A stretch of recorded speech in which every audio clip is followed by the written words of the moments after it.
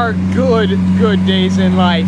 And then there are days in life that you will never ever forget. The McLaren P1. Let's hop on in. I have no idea how to open up this car.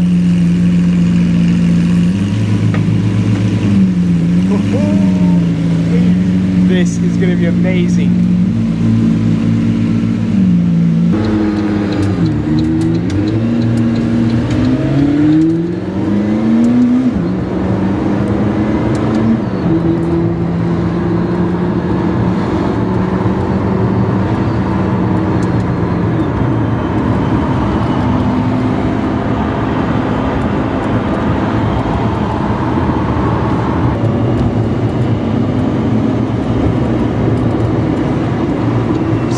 Sat in the McLaren P1. How incredible is this experience? This of course has the 3.8 liter twin turbo, 903 horsepower. The history behind McLaren is pretty awesome as well. You know, they've been racing since the 1960s, and then of course in the early 1990s they developed the McLaren F1, sort of the first road-going hypercar. Pretty much the ultimate dream car for myself. And then in 2012 they decided to go full-time into the road car game with the 12C. And now they have the P1. So just a few short years they're competing directly with the big boys, with Ferrari and Porsche. And they've created a car that is just as good, if not better.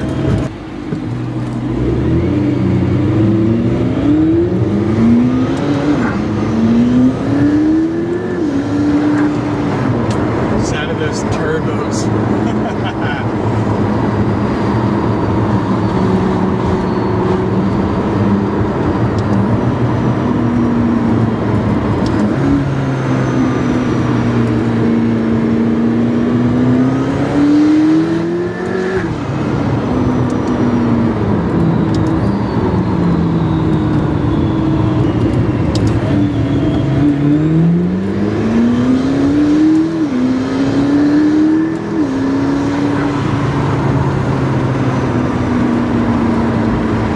In the McLaren P1.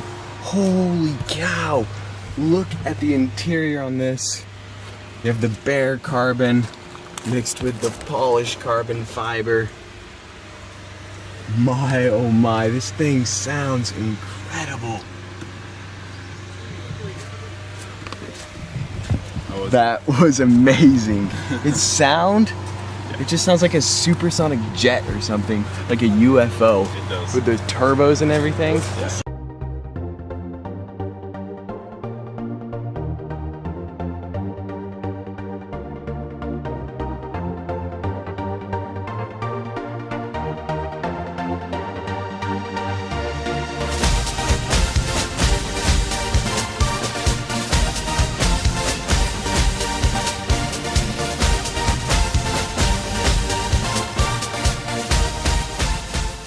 The P1 has a driving mode called race mode. It drops the whole vehicle 50 millimeters, and the rear spoiler raises up 300 millimeters. You can see it there going up.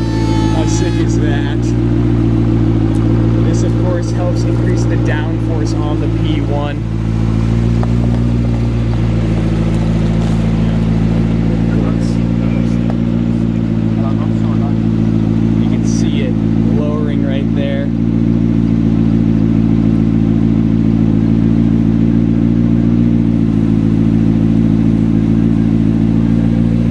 Just looks so much more aggressive sitting here in race mode now. What a sick car is this? Look at that.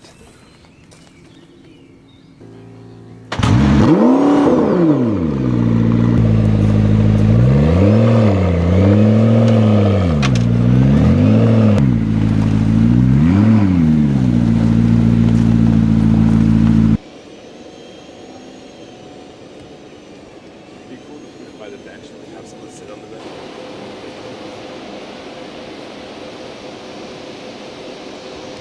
listen to the statistics on the McLaren P1. So 0 to 60 miles per hour in 2.8 seconds, 0 to 124 miles per hour in 6.8 seconds, 0 to 186 miles per hour in 16 and a half seconds. That's 5.5 seconds faster than the McLaren F1. This car is incredible. This is a hybrid. Of course, it has 903 brake horsepower, powered by that 3.8 liter twin turbo V8 combined with the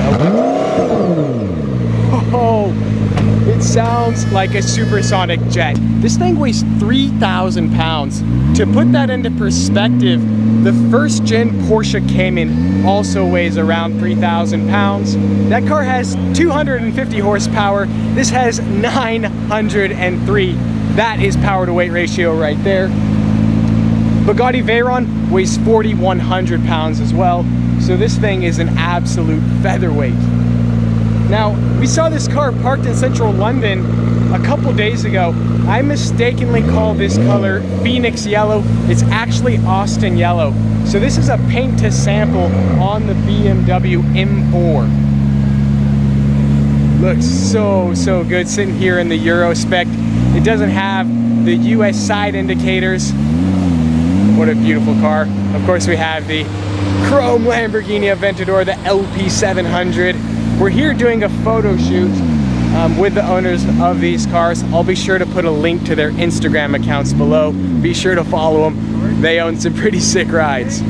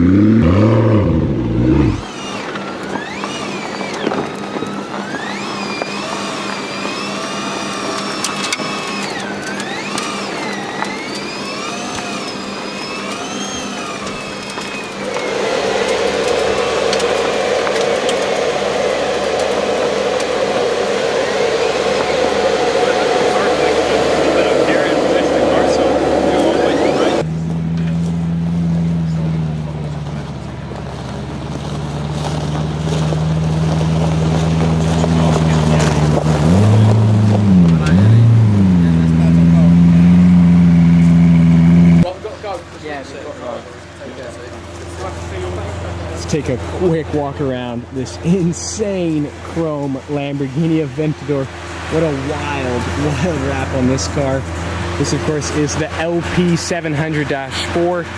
That stands for the 700 horsepower that's produced by that 6.5 liter V12. The Aventador is, of course, all-wheel drive. You can get a look at this carbon fiber rear wing.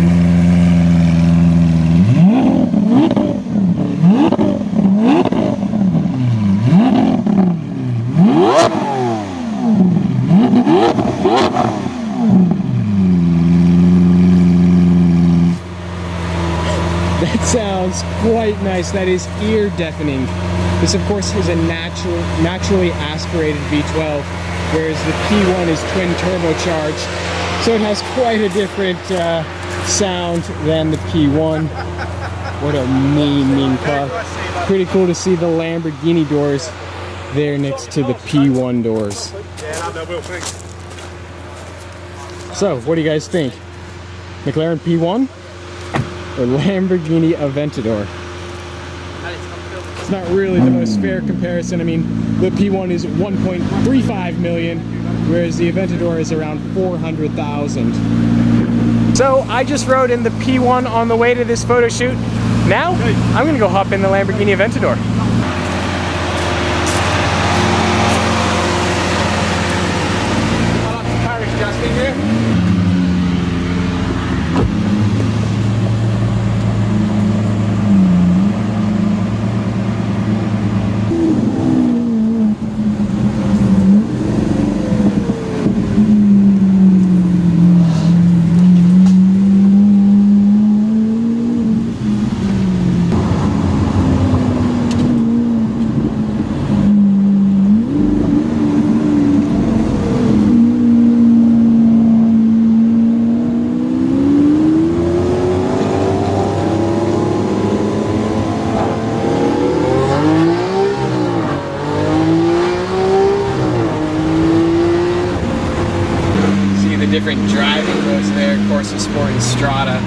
We're in Corsa right now.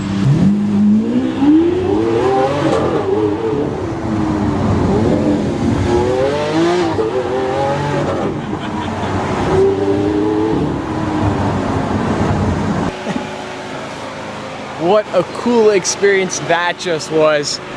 These cars could not be more different. Of course, the Aventador has the single clutch. The P1 has the double clutch. This thing is so incredibly violent. It's also super, super spacious. It's so comfortable in the Aventador, whereas the P1 is like this little pocket rocket. Totally different cars. And of course, the V12 versus the V8 twin turbo. What a cool experience to ride in these cars back to back. Is a topic that most YouTubers avoid, but I want to be real with you guys. So, can you make enough money from YouTube to sustain a decent living? Now, the short answer is yes, of course you can.